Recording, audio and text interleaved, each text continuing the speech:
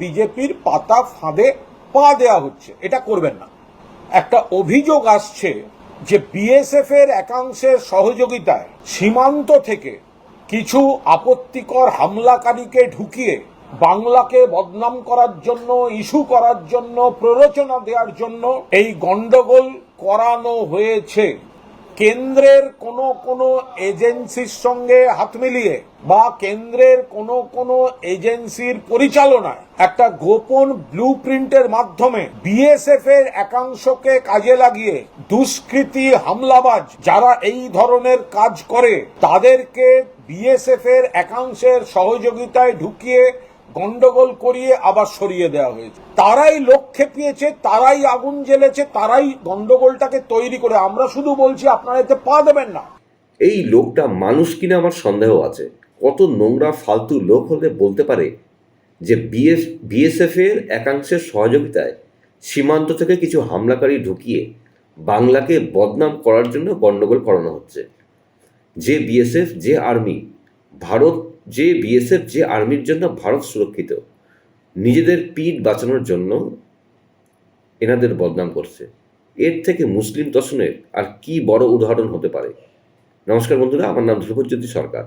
একটা দুটো জায়গা না, পুরো রাজ্য জুড়ে হিন্দুদের ওপর উন্মত্ত মুসলিম জনতা আক্রমণ করেছে। এটা চরম সত্য। তাও এদের বাঁচানোর চেষ্টা করে যাচ্ছেন এই কুণাল ঘোষ।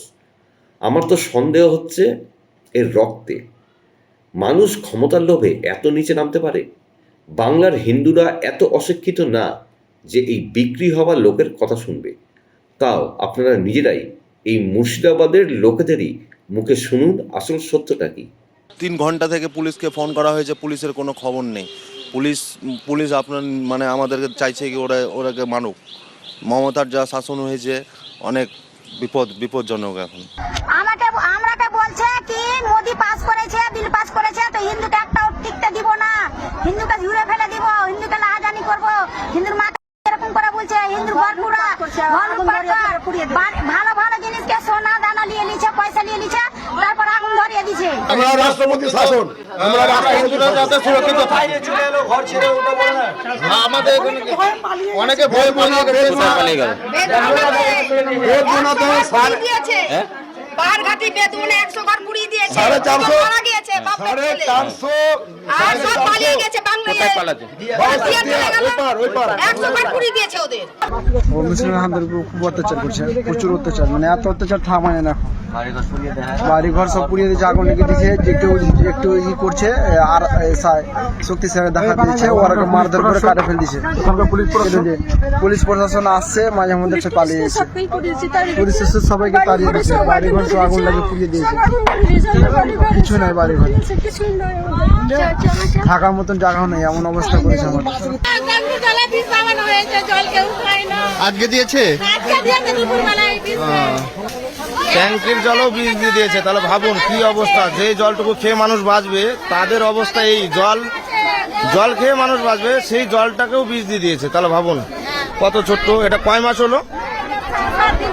হ্যাঁ, 5-6 দিন হলো। তার অবস্থা এই। আজকে তার সেই বাচ্চাটার ঘর ছাড়তে হলো। খুব দুঃখে পড়ে এসেছি এখানে। আমাদের বাড়ি নাই, ঘর নাই, সব আমাদের যা ছিল সব সংসারের জিনিস আগুন লাগিয়ে পুড়িয়ে দিচ্ছে।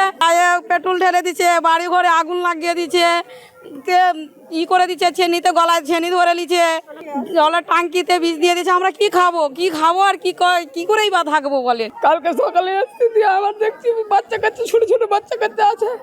এবার ওরাকে বাঁচাতে এসে দেখছি আমার ঘর বাড়ি সব পুড়িয়ে ছাড়খাড় করে দিল। পালাতে কি বেরিয়েছি বাড়ি থেকে, আর সব ধরিয়ে দিল আগুন।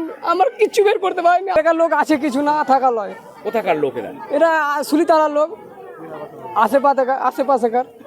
বন্ধুরা, ভিডিওটি ভালো লাগলে দয়া করে লাইক শেয়ার করে দেবেন, আমাদের পেজটা ফলো করে নেবেন, আর আপনার মতামত কমেন্ট করে অবশ্যই জানান। ধন্যবাদ।